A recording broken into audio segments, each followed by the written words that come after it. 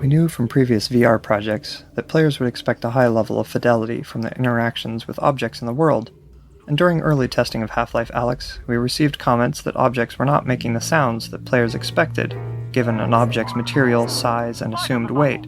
This led us to a more granular approach to physics sounds than we had used in prior products. For example, in the past, we would have used a single physics sound for all objects of a certain size and material. So, we would have had one sound to represent collisions of small metal objects, another sound for large wooden objects, and so on. For Half-Life Alyx, we built up a new library of object-specific sounds so that we could distinguish between similar objects, like a piece of silverware and a small metal can.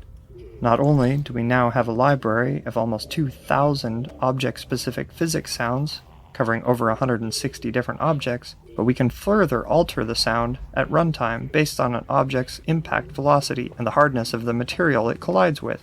In some cases, we even layer in sounds representing an object's contents, such as matches in a matchbox, or fuel in a jerry can, which can be heard when those objects are shaken by the player or collide with something at high velocity. Given the large number of bottles throughout the game, and the fact that they feature so significantly in the distillery gameplay, we decided to make interacting with them as interesting as possible using a procedural liquid effect. Each bottle is assigned a random fill level, and values for the amount of liquid agitation and foaming are calculated based on the bottle's movement. This is stored in the object's tint colour, which is otherwise unused. The shader calculates the liquid level based on the bottle's orientation in-game. Since the amount of liquid visible in a bottle as a proportion of its height is different when oriented upright, sideways or upside down, different values are used for each in order to preserve the apparent volume of liquid inside. The liquid's surface is then displaced by a number of sine waves, modulated with the agitation value to create rippling waves. The areas determined to contain liquid, as opposed to air, take on the colour and refraction index values of that liquid. Bubbles and foam effects are added based on the agitation and foaming values. These are procedural and can be modified to create a variety of different behaviours. Several layers of bubbles are created in a local view space relative to the object, so that they're stable from frame to frame, and can always move upwards relative to gravity. Artists can set a variety of parameters per liquid, such as colour, glow, foaming potential, wave properties, and a meniscus at the surface of the liquid which curls up around the edges of the volume, helping to communicate the viscosity of the liquid. The refracted environment seen through the glass and liquid is sampled from the same cubic environment map of the local area that's used for reflections, and so the bottles are effectively opaque and do not have to blend with the frame buffer in the way that transparent objects normally do. This was a strategic design choice, as along with storing the physics data in the tint colour, it means that the bottles can be rendered together as a batch in arbitrary order, which is critical for graphics throughput. In the end, the refractive liquid effect allows for a variety of interactions to take place at a fidelity that is especially compelling with tracked hand controllers in VR. The Xen Flora in this area animate in response to the Vortigaunt energy pulsing from the Combine substation outside. Since the substation itself is not visible from inside the hotel, it was important that we continue to remind players of its presence using audio and visual cues, and the Xen Flora provided a perfect opportunity to do this. The shaders used on the Xen Flora help illustrate the plant's response to the energy pulses in a few different ways. For example, the villi and cilia elongate and vibrate, while many of the other plants pulsate or glow. The intensity and timing of these effects are driven directly by the sound system, meaning that the audio and visual reinforcement of the Combine substation pulses are always in sync. Breaching the quarantine zone revealed a new hidden secret of the city. Alien plant life from Xen has taken root on Earth and has been thriving in the shadows of City 17. On the development team, the Northern Star Hotel was referred to as Hotel Xen before it had a proper name in the story, as it was the first location we used to explore what Xen foliage could look like and how it might consume any given environment. One of the challenges the environment team faced when designing the Xen foliage was layering a new look onto an existing environment without having to rebuild Xen-infested versions of every prop. We relied heavily on texture blending and kit bashing of Xen foliage shapes to handle most of the big environmental changes when Xenifying a scene. We also added some new features to our level editor, Hammer, which allowed for more creative manipulation of assets to reduce repetition. For example, We could pose certain types of meshes such as the Xen tentacles. These could be placed, scaled, stretched and manipulated to snake through an environment, giving a handcrafted look without every asset having to be built for a specific location. These elements were editable in Hammer so they could be adjusted at any time, but were baked into static meshes when the map was compiled to improve their runtime performance. The Reviver, one of the new enemy types introduced in Half-Life Alyx, arose from our observation that playtesters enjoyed searching their environment in VR much more than they had in traditional games. In addition to rewarding that desire to search with ammunition and resin, we experimented with how it could be part of fighting an enemy. We began prototyping with a fast headcrab variant we called the Runner, modifying its behaviour to run away and hide from the player after it attacked. We found players really enjoyed looking for a small, hidden enemy they knew was somewhere within a dense environment. They also liked shooting at a fast-moving enemy that was able to run under and behind everyday objects like tables and chairs. Lastly, players talked about liking the way they got to be the aggressor in combat for once, since everywhere else in the game they felt like they were always on the defensive. While feedback was overall very positive, there was one specific problem: how to encourage players to search for the Runner.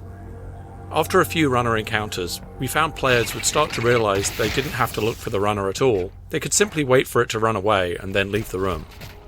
So we started prototyping various ways in which the Runner could become more dangerous if not found, setting up a time pressure where players had to find the Runner quickly or the situation would get worse. After some experimentation, we landed on the prototype where the Runner could revive a fallen zombie and become a new kind of foe, one that was more dangerous than a Runner or zombie. After this change, the Runner was renamed internally to the Reviver, and we began assembling the various encounters around it. It took a lot of playtesting to balance out all the various elements of the Reviver fights, because they involved multiple separate stages: combat versus the Reviver, searching for a hidden Reviver, and combat versus a revived zombie. In the end, we still didn't feel like we'd created enough of a foolproof reason for players to need to search for hidden revivers, so we turned the Reviver's heart into a key, requiring players to collect it. An enemy's animation can elicit a powerful emotional response from players, especially in VR. While developing the Reviver, we learned that sometimes a character performance can have unintended consequences. In our initial Reviver prototypes, we simply used a blue-tinted headcrab model with rudimentary electrical effects. The prototype was successful enough in playtesting that we decided to invest in a new, purpose-built model for the Reviver, with electrical skin and improved effects.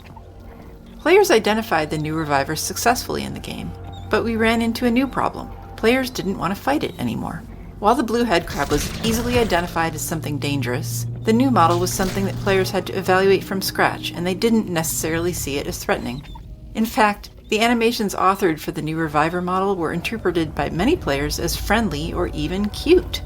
Players would often approach the creature to try to pet it, or worse, refuse to kill it to retrieve the required puzzle piece, blocking their progression in the game. If they did then realize that they were going to have to kill the cute creature to proceed, they felt horrible having to go through with it. To fix this, we reauthored most of the Reviver's animations, making it significantly more unsettling and menacing. We also made the Reviver more aggressive by adding a jump attack if the player got too close. With these changes to animation and behavior, players once again were fighting the Reviver as intended, and they no longer wanted to take it home as a pet. This is the room featured in the very first shot of the Half-Life Alyx announcement trailer. It's not an obvious choice for that use. The room is dark, not particularly colorful, and it's a pretty pedestrian corridor. Cleaning supplies and laundry baskets are not in themselves attention grabbers. But we chose this scenario because it very effectively demonstrates the excitement and tension that we thought was typical of the game. All game trailers require careful design. Conveying a game's core experience in just a few moments is tricky, even at the best of times. But we believe the Half-Life Alyx trailer had to work harder than most to meet a particularly difficult and uncommon set of challenges.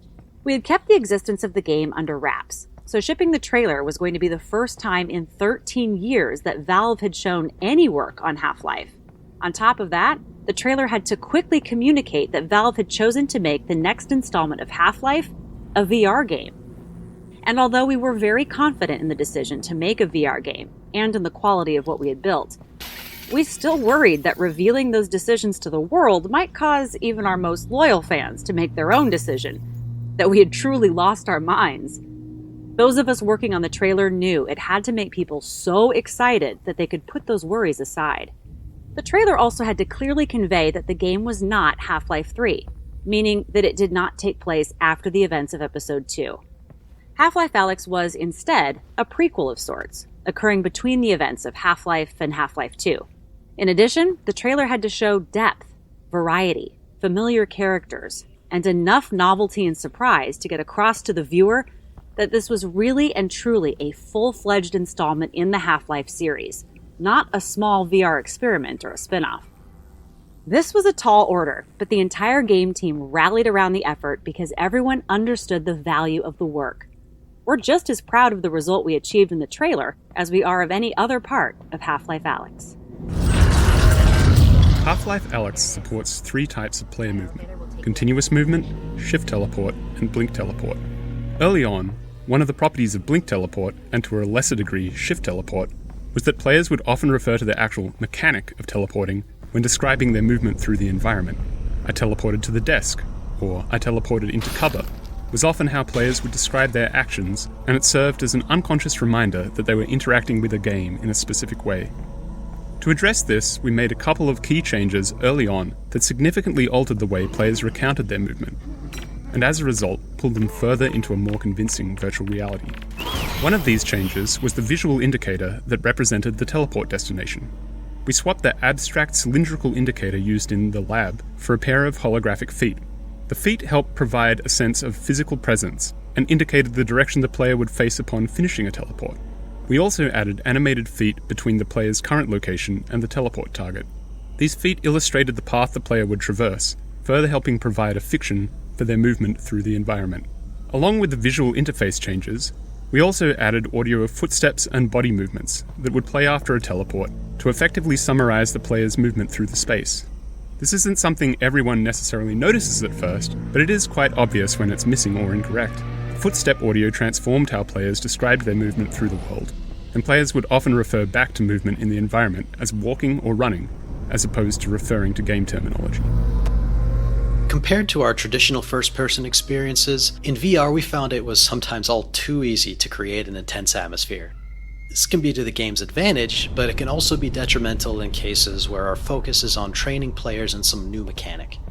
In intense situations, players frequently fail to notice or retain critical information, and as a result, we often had to reduce tension in areas of the game where we were introducing players to something new. The audio of the reviver here as the player descends beneath the hotel is designed to ease players into the idea that they will be encountering the creature that they had briefly seen as they entered the hotel earlier. The reviver's scream and its shadow on the wall are designed to reduce tension by indicating the position of the reviver around the corner, removing any potential surprise. Telegraphing the reviver's position and giving players the upper hand helps set up the resurrection scene, where players want to observe the reviver instead of shooting at it immediately. This is critical because this is the first time the player sees the reviver reanimating a zombie, and if players are too distracted to take it in, they won't be successful in the upcoming fight. One of the challenges with the reviver's resurrection mechanic was training players that the reviver was the target, and the zombie was effectively just an inert vehicle that could not be damaged. This was a significant departure from what we had been training players to expect. Up until this point in the game, players would see a zombie, shoot at it, and as long as they hit it enough times, it would die. The reviver breaks that expectation, and in early tests, players thought the game was broken when the zombie wouldn't die or even react to being shot. We had to make a number of changes to revive zombies to train players that this behavior was intentional. First, we designed the revived zombies' introduction animation to use particle effects and audio to draw attention to the changes that result in this new type of combat. Second, we substituted in dual particle and impact sounds to make shooting the zombie feel less impactful than it did in previous encounters with ordinary non-revived zombies. And finally, we modified the revived zombie so that it doesn't play any flinch animation or respond to bullet impacts, further communicating to players that its behavior is different. We also used the Reviver itself to illustrate the new combat experience. Electrical effects were added to indicate the Reviver's movement inside the zombie, with a bright pop and glow as it emerged at a new location on the zombie's body. With these new visuals and satisfying impact sounds and screeches from the Reviver when hit, playtesters were no longer confused and consistently enjoyed the new combat mechanic. In our early designs, a revived zombie was just an invincible zombie with a moving vulnerable spot. Playtesting revealed this to be less tense and threatening than the Reviver on its own, and since we wanted the revived zombie to be a higher stakes adversary, we needed to enhance its offensive capabilities. As a natural extension of the electrified nature of the Reviver, we chose to create an electrical field around the revived zombie, so that players who got too close would take heavy electrical damage. This worked well for many playtests, until we observed a player who was a proficient real-world marksman. This player was able to easily defeat the revived zombie without ever being threatened by it. In response, we gave the revived zombie its electrified ground counterattack, which forces players to change positions to avoid damage. This created a cadence of attack and retreat that was more tense and satisfying for all players. Since a VR game must always be rendered from a virtual camera that matches the player's own point of view, we have limited opportunities to control what the player sees. Elevators are one of the few tools we have in VR to direct the player's view. A rising elevator like this one can be used similar to a crane shot that you might see in film, going from one elevation to another, revealing a beautiful vista or dramatic story beat. In VR, elevator rides can be challenging to make comfortable, as the motion of the virtual elevator is inconsistent with the player's own vestibular system. We found that we can make the elevator rides in Half-Life Alyx comfortable enough for most players by moving the elevator slowly and limiting how much the player could see out of the elevator. This particular elevator was initially far more open, but we gradually introduced more and more visual obstruction to the design so that the player always had some significant portion of the elevator in their field of view. This meant that we were able to get the dramatic reveal of the hotel exterior and combine substation we desired, but players were comfortable since they could always see the elevator, which was in their own frame of reference. After exiting the elevator, the player gets their closest view yet of the combine substation attached to the exterior of the hotel. While the combine architecture can veer into the abstract, it's often at its most successful when contrasted with a human structure. Beyond this, we always try to drive the visual design with an invented function, ideally to support the gameplay or story. In this case, the routing of some unusual power source to the vault from various parts of the city. The player doesn't know it at this point, but this substation is designed to essentially torture the song out of a group of Vortigaunts who are housed in the attached pod farms. The output is collected from the Vortigaunts before being reharmonized by a single conductor Vortigaunt via the cable tuner apparatus seen at the root of the transmission cables that run up to the vault itself. This design gave us the opportunity to subsequently meet another Vortigaunt and acted as enough of a constraint to allow us to design an interaction that would physically compromise the substation as the player exits the hotel in the next map. Xen foliage has been designed to respond to the player in a number of ways. In dark areas, where the flashlight is active, some Xen flora will animate or expand in response to the light. These Xen plants respond to the proximity of the player's hand by glowing and pulsing. The glow effect in particular is rendered with an offset using the correct binocular perspective for each eye, which gives the impression that the glow originates in the interior of the organism. The Xen flora's shader effects, which rely on hand proximity, take their input from a dynamic voxel field which follows the player at all times. The player's hands effectively draw motion trails in this voxel field, which can be sampled by the foliage's shaders to drive deformations and other shading effects. If the player moves their hands quickly, they produce motion trails in the voxel field. If they hold their hands still, they produce a radiating force. These different types of motion characteristics allow us to create different behaviors in the foliage to give it a bit of extra personality. Particle effects present an interesting challenge in VR due to stereopsis, which is our ability to discern the depth of objects from two slightly different views of the world we see from our two eyes. Traditional particle systems, as seen on the left, were typically implemented as a series of flipbook images displayed on relatively large polygons which orient to face the player. Each series of images would contain effectively a little movie of a more complex phenomenon like a wafting puff of smoke or a flickering flame and so on. For the monoscopic rendering used in non-VR systems, this approach holds up well and is widely used across the industry. Because of the stereo rendering used in VR, however, players can easily see the flat cards resulting in the unconvincing effect seen on the left. To address this, we had to update our particle rendering techniques for VR. The particle system on the right is an updated VR-friendly version of the older effect seen on the left.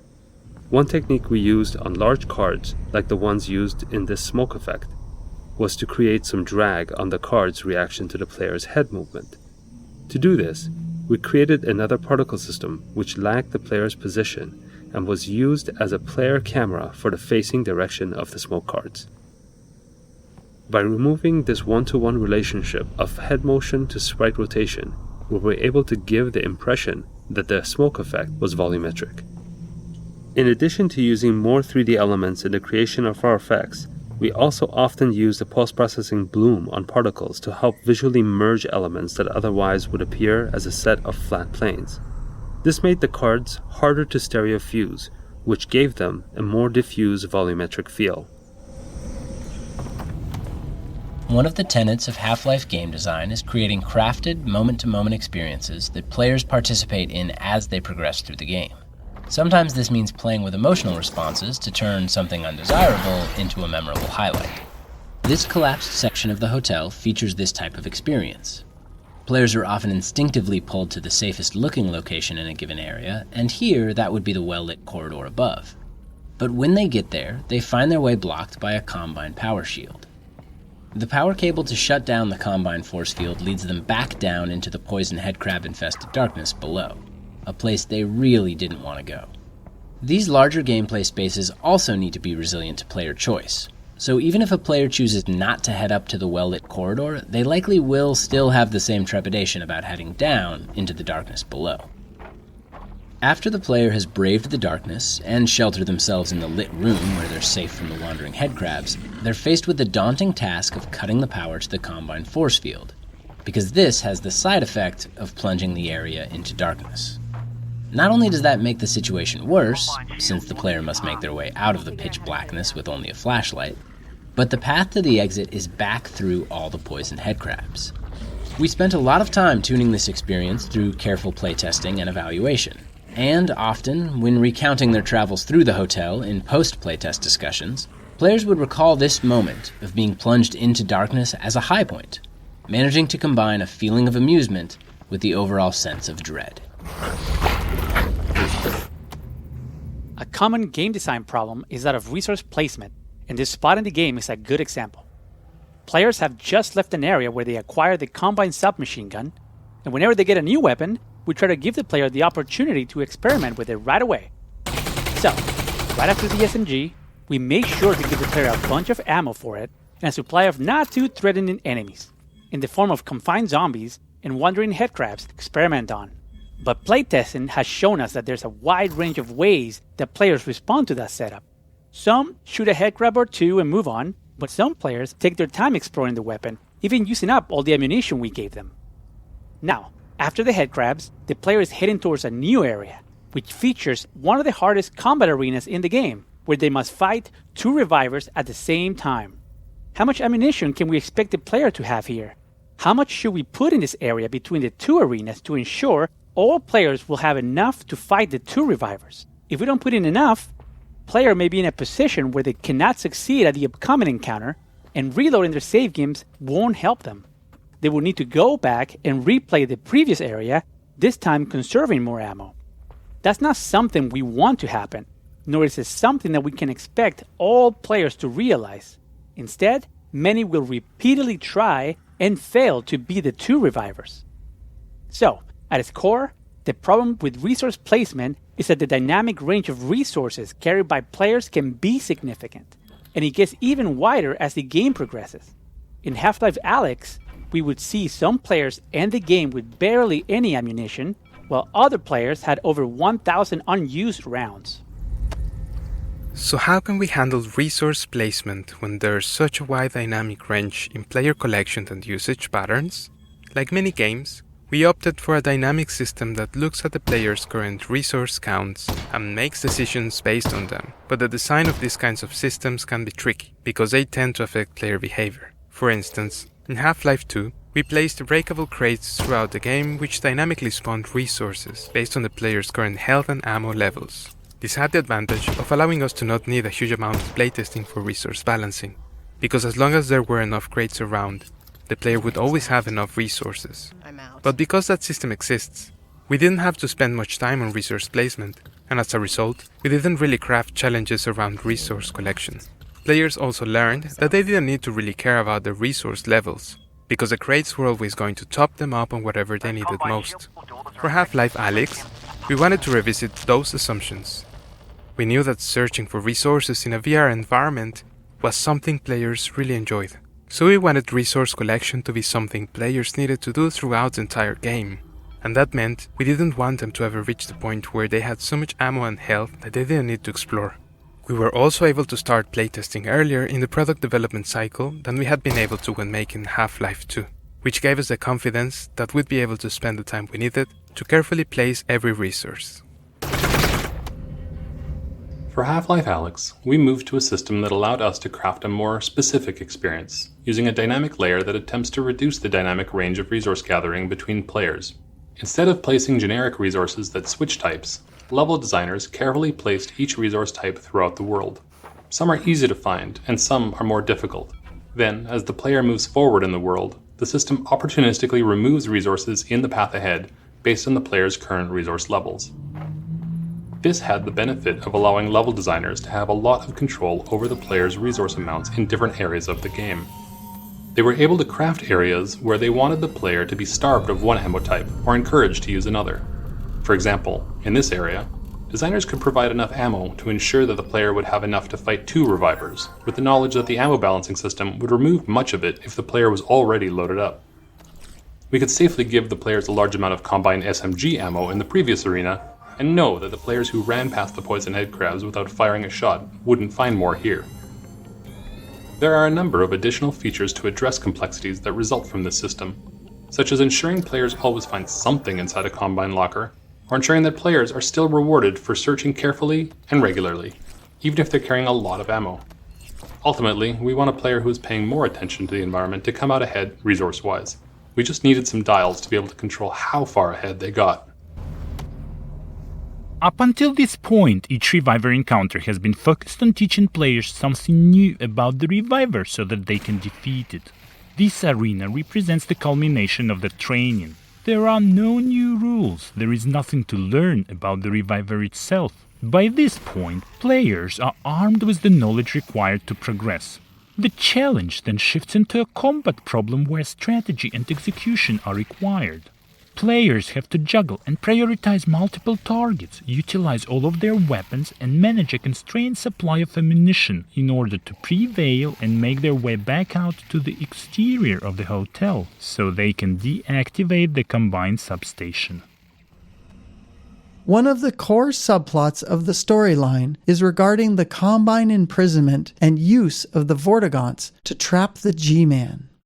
The multidimensional power of the Vortigaunts to detain the seemingly invincible G-Man is established in previous Half-Life lore. Through the use of their prisoner pods and substation technology, the Combine extract the power of the Vortigaunts' Vortessence chant, tune that energy, and then transmit it to the vault to contain the G-Man. To communicate this Combine process to the player without explaining it through lengthy exposition, we used musical sound patterns to represent the process implicitly. If you stand near the pods holding the Vortigaunts, you can hear them groaning their chant in a slow but semi-musical pattern.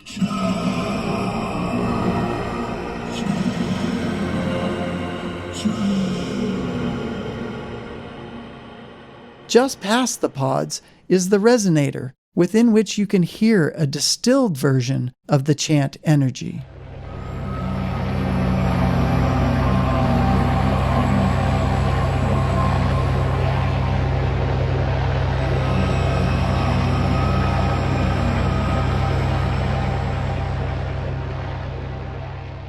Finally, the cables are activated with the concentrated Vortigaunt energy, which is harmonized in varying patterns and intermittently transmitted to the vault once the energy is sufficiently tuned. If you stand near the cables while they're tuning, you'll notice the sheer size and height of the sound. This was achieved by placing the sound emitters for each cable at the locations of the actual cables themselves. The sound of the cables covers a broad frequency range, which emphasizes Steam Audio's head-related transfer function processing. That simulation, combined with the feedback of the observer's inner ear as she looks upwards, gives the same impression of scale that VR is known to give visual objects.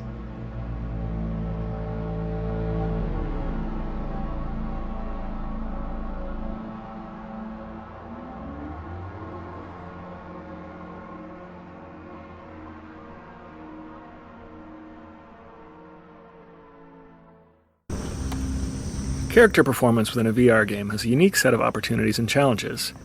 In our efforts to keep control in the hands of the player, we must create a performance that is interesting enough to maintain players' attention, but flexible enough to allow for player freedom.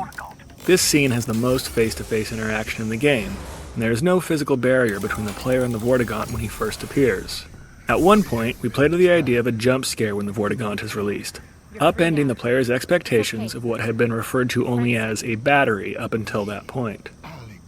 Not only was it a bit ham-fisted, but the Vortigaunt came flailing out of the pod, frequently into the same space occupied by the player. To solve this problem, we cut the jump scare and slid the pod back out of the player's space as it opened, to allow for the Vortigaunt to emerge at a comfortable distance. We faced a similar challenge when determining how to get both the player and Vortigaunt to their next locations without intersecting. We wanted to get the player and Vortigaunt side by side overlooking the vista, while the Vortigaunt delivered critical exposition. It would have been awkward for the player and Vortigaunt to take the same route along the catwalk, so we looked at other options, including exploring ways that the Vortigaunt may have once moved in its native environment. With long forearms, it's feasible that the Vortigaunts may have moved around as quadrupeds, so we chose an agile four-legged scramble up to the higher platform where he can deliver exposition without contending with the player for space. While developing Half-Life Alyx, we had a large number of people in many disciplines contributing to a relatively small number of maps. This meant that we frequently had multiple people working on the same map at the same time. One way that we managed this complexity was to break our maps into smaller pieces referred to as prefabs. A prefab could be built out of the same types of geometry, logic, enemies, particle systems, or any other elements as a regular map. As long as people were working in separate prefabs, they could make changes or additions without stepping on each other's work. A prefab could contain a large physical space like this whole street scene, or it could contain only a handful of elements. Large prefabs that partitioned a map to allow for collaboration were essential for a project of this scope. But many small, reusable prefabs were created for Half-Life Alyx as well. A good example of this was the set of reusable vehicle prefabs used here and throughout the game. Each vehicle was authored as a configurable prefab, enabling designers to quickly place them around the game, setting a few parameters to customize the vehicle for the context. Parameters include things like the vehicle's paint color, the amount of pre-existing damage, whether the doors were open or simply missing, and the type of ammunition or other resources the vehicle might contain. This sped up our workflow and also meant that updates to a prefab were automatically propagated out to all of the maps that used it. The tarps used by the Combine to cover buildings in the quarantine zone are animated procedurally.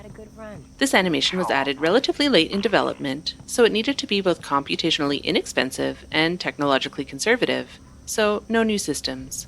Simple overlapping waveforms are used to displace the tarp geometry where it hangs loosely away from the building. The displacements are oriented along the wind direction, and their propagation direction is further modified by the gradients of a texture we referred to as a freedom of motion map. This map is derived from the shape of the building geometry under the tarp, and is used to attenuate the displacement so that the tarp won't animate in places where it is meant to be pulled tight against the building. The result is a flapping tarp that seems to conform to its surroundings and responds appropriately to the wind. The Combine soldier you see here won't fight you. It's been programmed to run back and forth along the path shown on the ground in order to illustrate the stride retargeting system developed for Half-Life Alyx. One of the challenges of animating digital characters is making sure that their feet don't slide along the ground as they move. Humans are very good at picking out irregularities in the movements of virtual characters, especially in VR, and Combine soldiers in particular need to look like their feet are planting and their weight is shifting as they change direction. Otherwise, they appear weightless and unconvincing. In a pre-processing phase, our stride retargeting system analyzes the steps of each authored animation and stores them as a direction-independent trajectory. At runtime, our system predicts where each foot will land on the next step based on the motion of the animation, the character's path, and the height of the ground. The pairs of colored boxes on the ground illustrate this process. The red boxes show the previous foot positions, the green boxes indicate the soldier's current foot position, and the blue boxes are drawn where each foot is predicted to land next. Once the predicted foot positions are calculated, the system guides the feet to the predicted locations using the trajectory information to preserve the style of the original animation. Once the foot lands, it is locked in place until the next step. In the end, this system was so effective that we could essentially make any animation walk in any direction without foot sliding.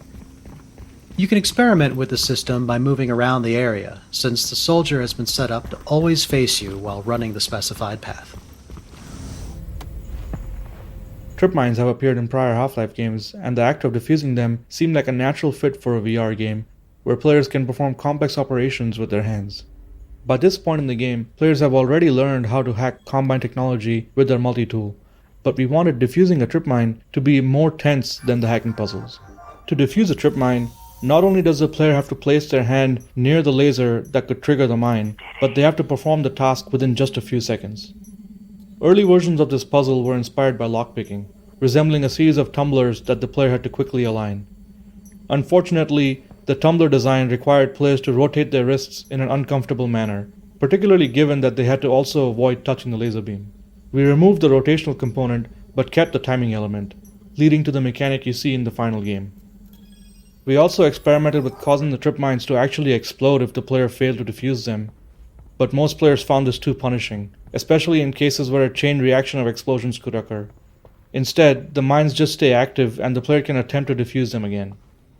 We did end up keeping this behavior for the hard difficulty setting, but added a warning sound a few seconds before the mine actually explodes, to give players some time to move away. We also experimented with allowing defused mines to be removed and redeployed by the player, but we hadn't designed enough combat scenarios around this mechanic for it to be satisfying in practice, so this was left out of the final game. This combat arena that loops back over itself as the player winds through the tenement buildings was one of the earliest test maps built when we began adding Combine soldiers to Half-Life Alyx. One of the lessons we learned from this series of combat encounters was that fighting Combine soldiers was physically taxing on players as we needed to pay careful attention to pacing. Taking cover, reloading, switching weapons, and acquiring targets really pushed on all the skills that players had learned up until this point. To help cut down on fatigue, we added gaps between the Combine encounters and removed some of the combat altogether to better pace the experience.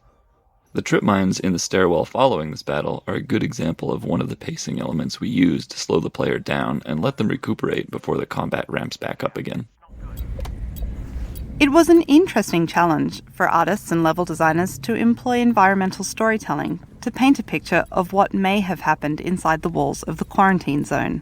Just like the hotel, these apartments have been overrun by Xen foliage and are filled with people's belongings, abandoned in haste.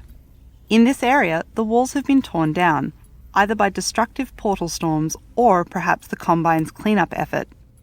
Barrels of fluid used by workers to try and treat or contain the Xen growth have been left behind, and it would appear that the cleanup efforts have either failed or been abandoned. By not explaining every facet of the world, we leave players with the opportunity to imagine for themselves the bigger picture of life in City 17. Once we had the spine of the game complete, teams went through the maps looking for additional opportunities to add the character and tone that players associate with the Half-Life games. This mannequin head grab was a fun opportunity to hit on the sci-fi horror B-movie vibe. We had a few conversations about how long to leave the head crab atop the mannequin, and decided that the experience should be analogous to catching a small dog in the middle of some mischief. We wanted players to feel like they had walked in on something they weren't supposed to see, and for them to go away feeling like every inch of the game contained something for them to find if they chose to explore it.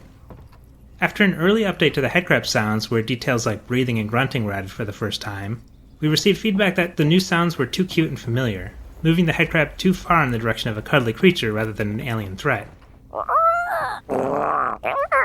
We updated the sounds to be more threatening, but for this headcrab we brought back some of the cuter sounds to sell the headcrab's frustration with the mannequin.